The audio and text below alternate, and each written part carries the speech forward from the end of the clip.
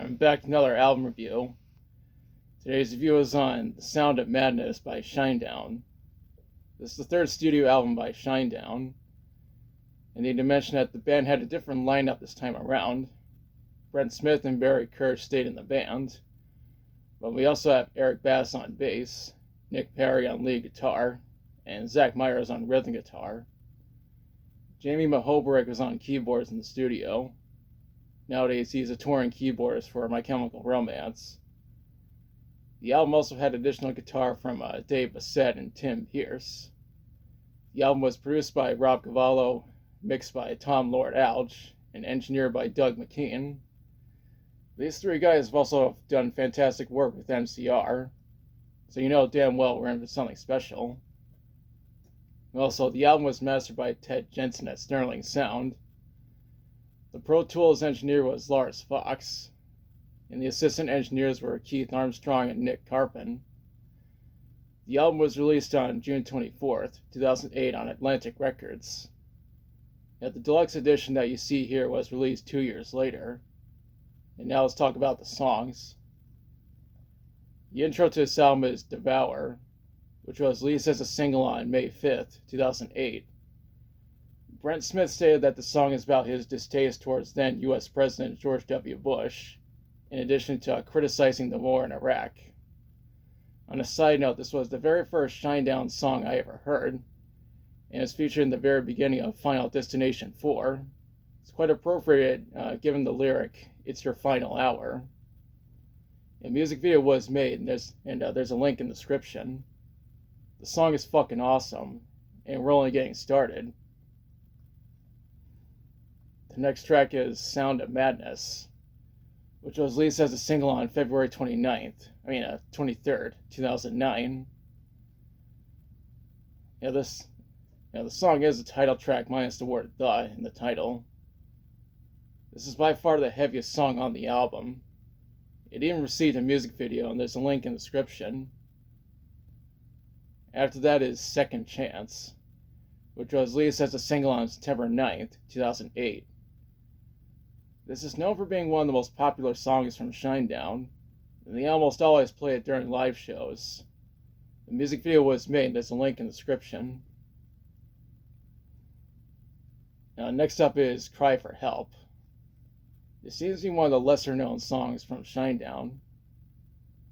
Up next is The Crow and the Butterfly, which was released as a single on April 6, 2010. It's another really popular song from these guys. As you may have guessed, the song is seen in the music video, and there's a link in the description.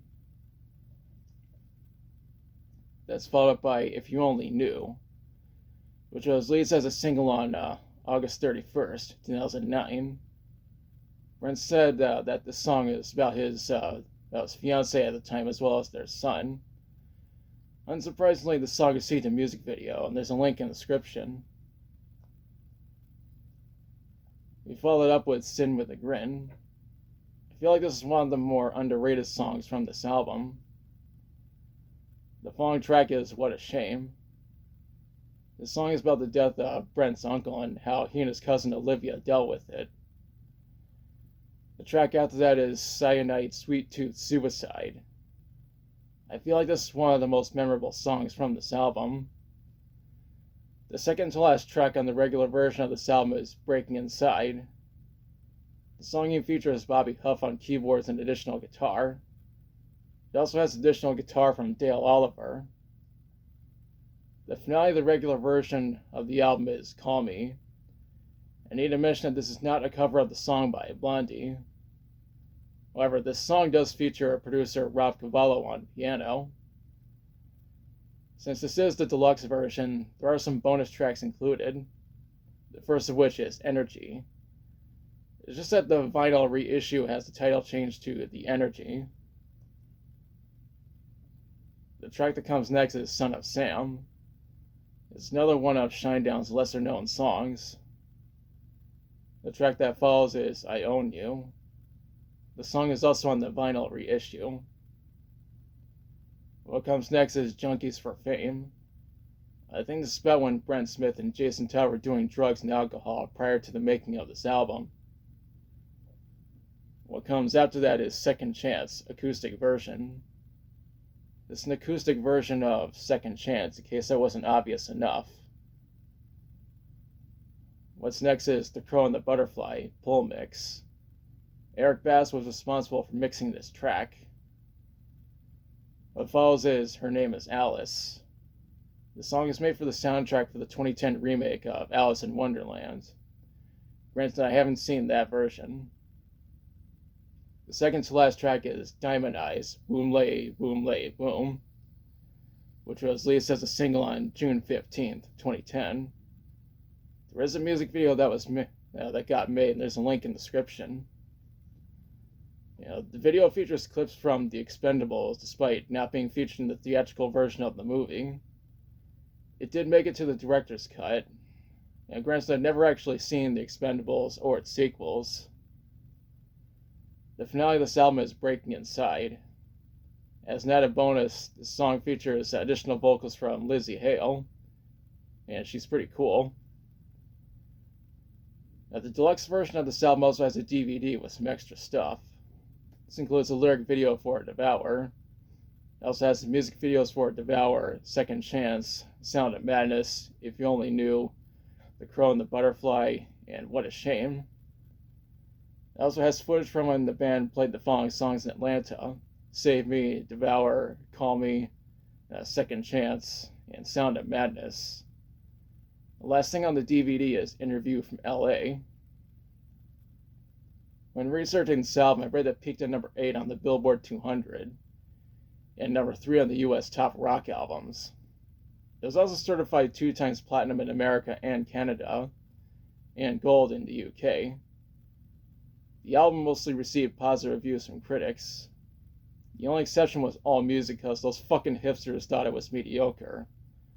I don't know why AllMusic doesn't like Shinedown. What I do know is that AllMusic is full of shit. Now for my thoughts. I think this album is even better than its predecessors.